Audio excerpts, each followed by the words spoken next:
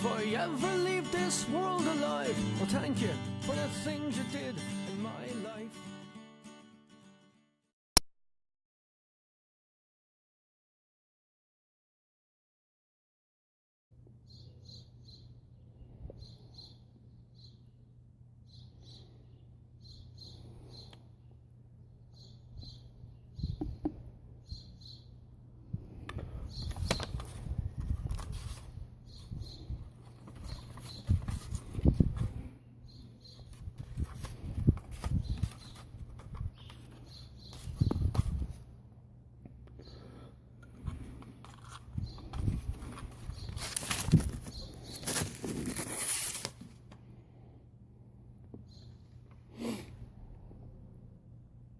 How's everybody doing?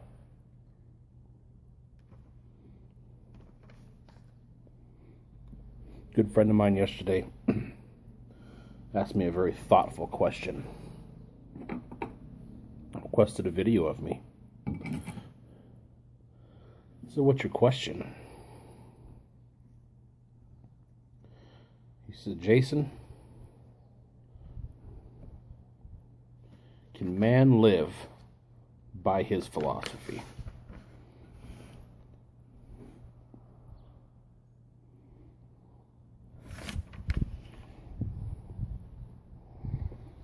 And if he can, where does his philosophy fall on Maslow's pyramid of needs?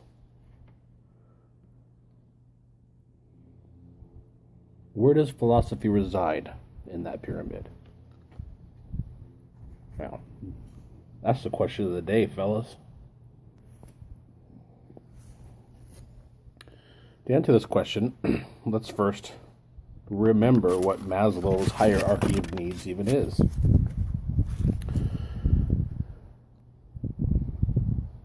can go back to the beginning of this video and pause it. You can look at it. Basically, the gist of it is that in order for a human being to reach his or her highest level of potential, certain needs have to come before that happens. In other words, at the very bottom of the pyramid, one needs air, water, food, shelter, basic biological needs. If those aren't met, then you can't move to the next level. The next level, which is safety. So once you have food, air, water put together, then you can worry about law and order. Okay? Stability, being safe. Once you have those two things secured, well, then you can have belonging, love, need for a family, need for brotherhood, fraternity, the YouTube pipe community. And once you have that secure, then you can start worrying about your self-esteem. Self-esteem, like, having achievement and status and having a reputation. These are needs. Once you've achieved what you want to achieve and you've received the status that you want, well, then you can begin to think about cognitive things such as meaning and knowledge, wisdom, becoming a junkie for all of that. Having the need to think. Use the old noggin to find meaning in life, to find meaning in anything, to find meaning in philosophy. Okay?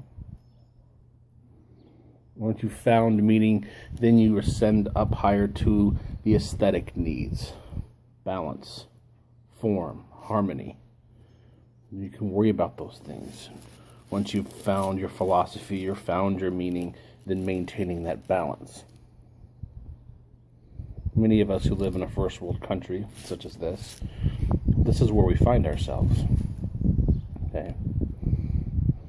I would argue that very few actually rise to the level of self-actualization. That's the next step up, and then amongst that, and higher than that, then you have transcendence. Okay? That's Maslow. That's just science, okay?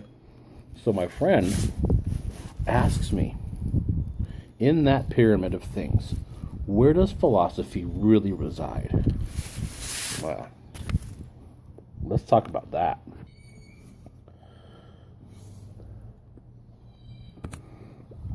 Philosophies. Well, there's different kinds of philosophies. Okay, so you have to really think about that for a second. What philosophies are we even talking about? Let's take Buddhism, for example. The idea that all beings are equal, connected. Okay, it's a philosophy. And that ownership of things is the root of all conflict. To quash desire. That can be and is a philosophy that many people, billions of people, live by. Okay? And then we have, say, Stoicism. To live in harmony with nature, to live in harmony with fate, with providence, to go with the flow, to have a keen understanding of what you can control and what you cannot control, and to live your life every day with that philosophy. Okay? Christianity. Do unto others as you would do unto yourself. The golden rule. Turn the other cheek. Many, many people, very many wise people, follow the Christian philosophy. Even if you remove the religion part, you still have the philosophy there. Taoism. Going with the flow. Becoming one with the Tao and all that. Doctors. First, do no harm. That's a philosophy. So the question then is, can we take these philosophies, these ways of thinking, and then where do they fall on Maslow's hierarchy of needs? My good friend would say that philosophy will fail, that philosophy ultimately fails. I, on the other hand, do not think that, because I happen to think that philosophy falls in every spectrum of Maslow's hierarchy of needs. Let's take the highest level of hierarchy right now, transcendence, and under that self-actualization. Well, how did you get to those things?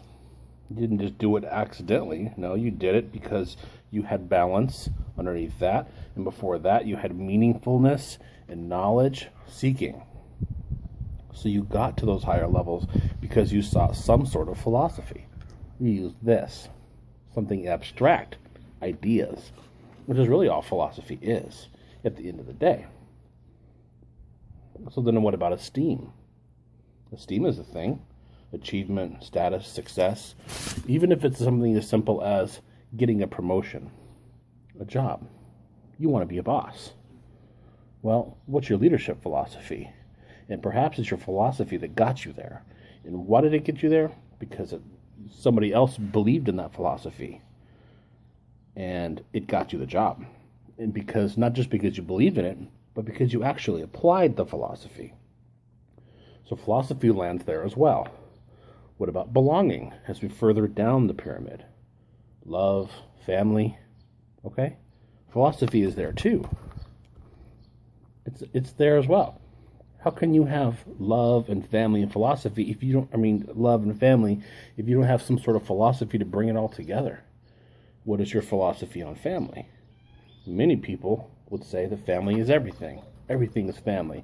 Family means the most to me. At the end of the day, that's all that really matters. Well, guess what, fellas? That's a philosophy. Does it fail? We'll get to that in a minute. But let's go down further. Safety, security, law, order. Do we not have philosophy there?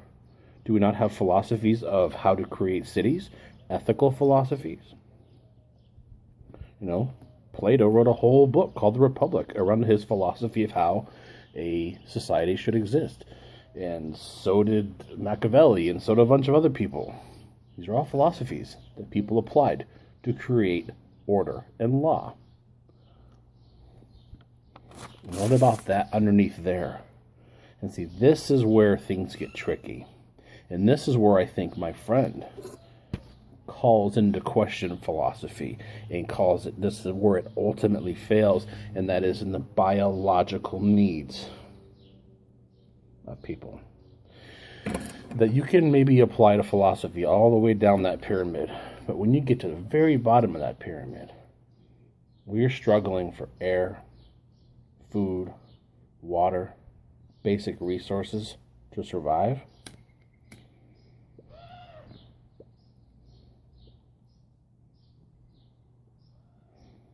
my friend would say philosophy goes out the door.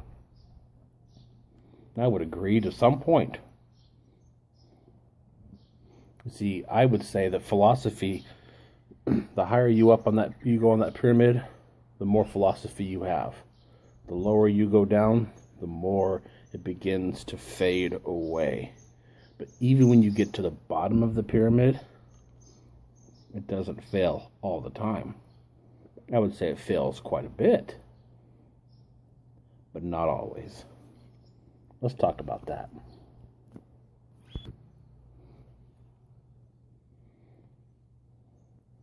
See, does philosophy fail? Well, it depends on your definition of failure. If you're looking at failure strictly from a biological point of view, say death, okay, well, then yeah, if you stick to your philosophy can kill you. But did it fail? Now,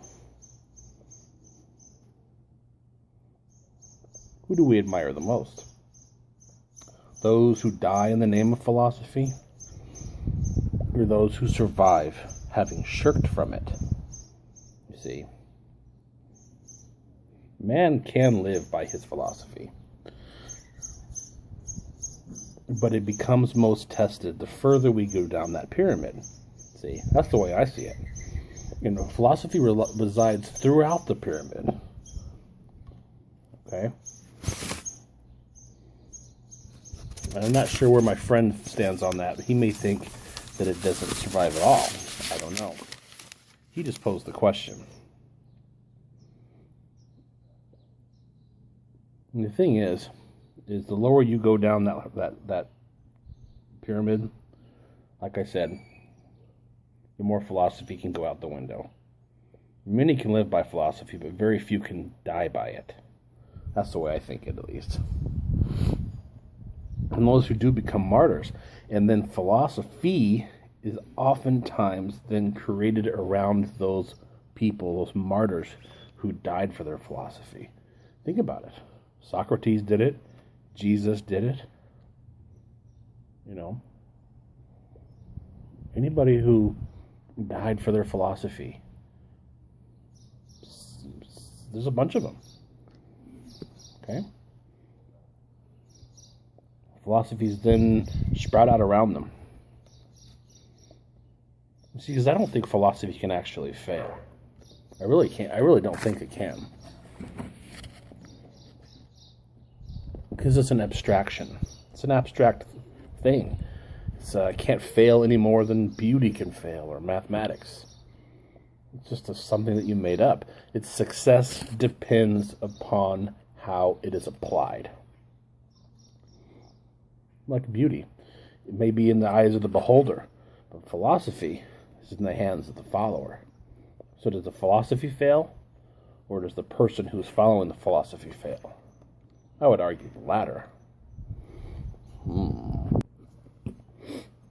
I mean, again, I mentioned Socrates. You know, his death, suicide, he took his philosophy to the grave, to his death. So did Jesus. Okay? So does the Buddhist monk who sets himself on fire in the lotus position just to live out and die out his philosophy. So does a Medal of Honor winner on the battlefield.